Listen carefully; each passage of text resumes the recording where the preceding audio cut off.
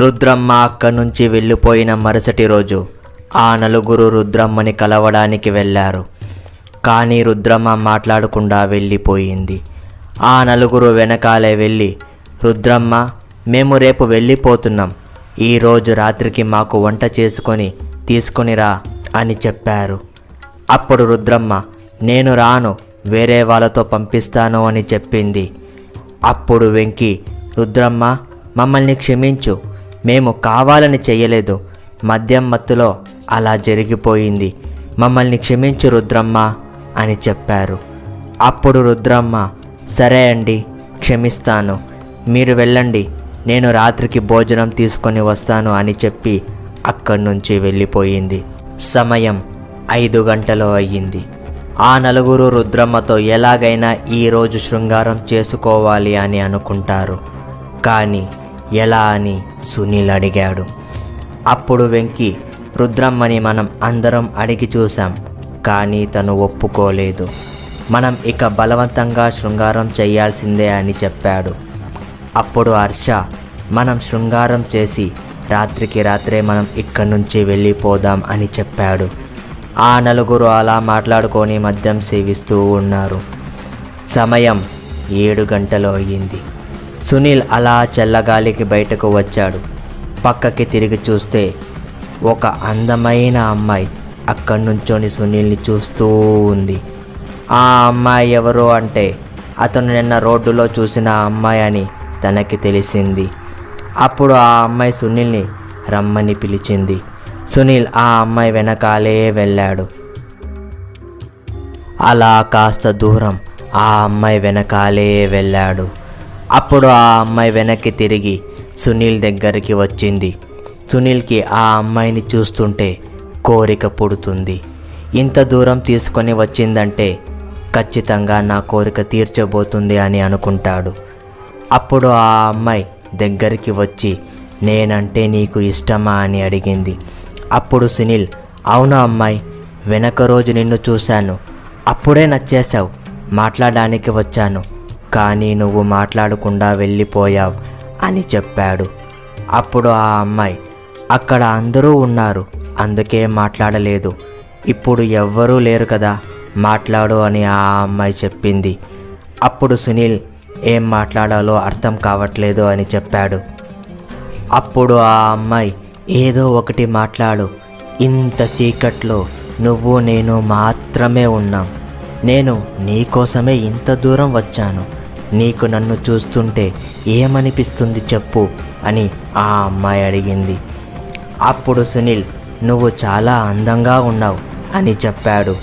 అప్పుడు ఆ అమ్మాయి, ఇంత అందం ఇప్పుడు నీ సొంతం, ఈ అందాన్ని ఏం చేస్తావని అడిగింది. అప్పుడు సునీల్, నిన్ను కౌగిలించుకోవచ్చా అని అడిగాడు. అప్పుడు ఆ అమ్మాయి, నీ ఇష్టం, ఏదైనా చేసుకో అని చెప్పింది.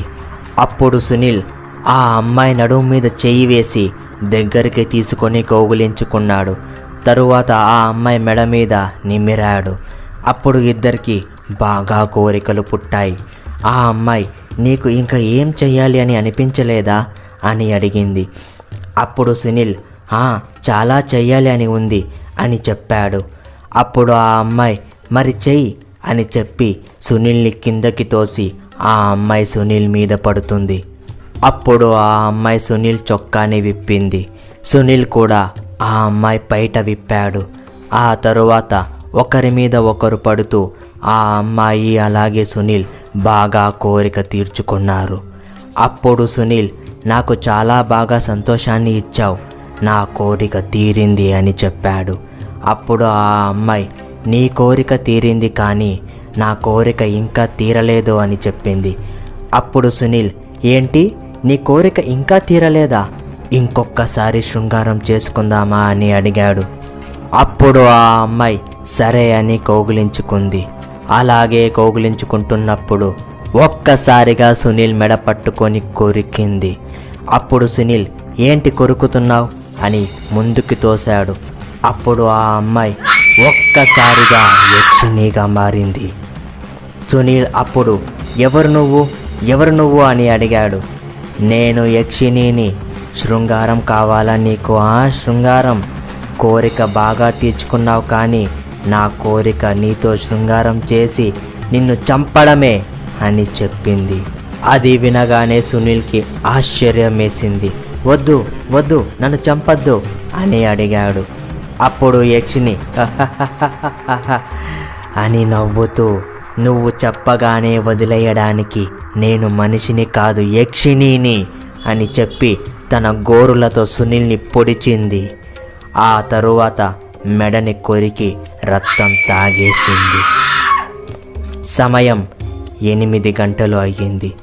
అప్పుడు వెంకీ, సునీల్ వెళ్ళి గంటసేపు అవుతుంది, ఎక్కడికి వెళ్ళాడు అని చెప్పాడు. అప్పుడు హర్ష, చల్లగాలికి బయటికి వెళ్ళాడు కదా, అక్కడే ఉంటాడు, వెళ్ళి చూడు అని చెప్పాడు. అప్పుడు వెంకీ బయటకు వచ్చాడు. వచ్చి చుట్టుపక్కల అంతా చూశాడు, కానీ సునీల్ ఎక్కడా కనిపించలేదు. అప్పుడు పక్కకి తిరిగి చూసి ఆశ్చర్యపడ్డాడు. వెంకీ ఏం చూసి ఆశ్చర్యపడ్డాడు అనేది తెలుసుకోవాలి అంటే నెక్స్ట్ ఎపిసోడ్ వరకు వెయిట్ చేయాల్సిందే. అలాగే మీకు ఇంకా ఎలాంటి వీడియోస్ చేయాలి అనేది కామెంట్ చేయండి. మా ఛానల్ని సబ్స్క్రైబ్ చేసుకోండి.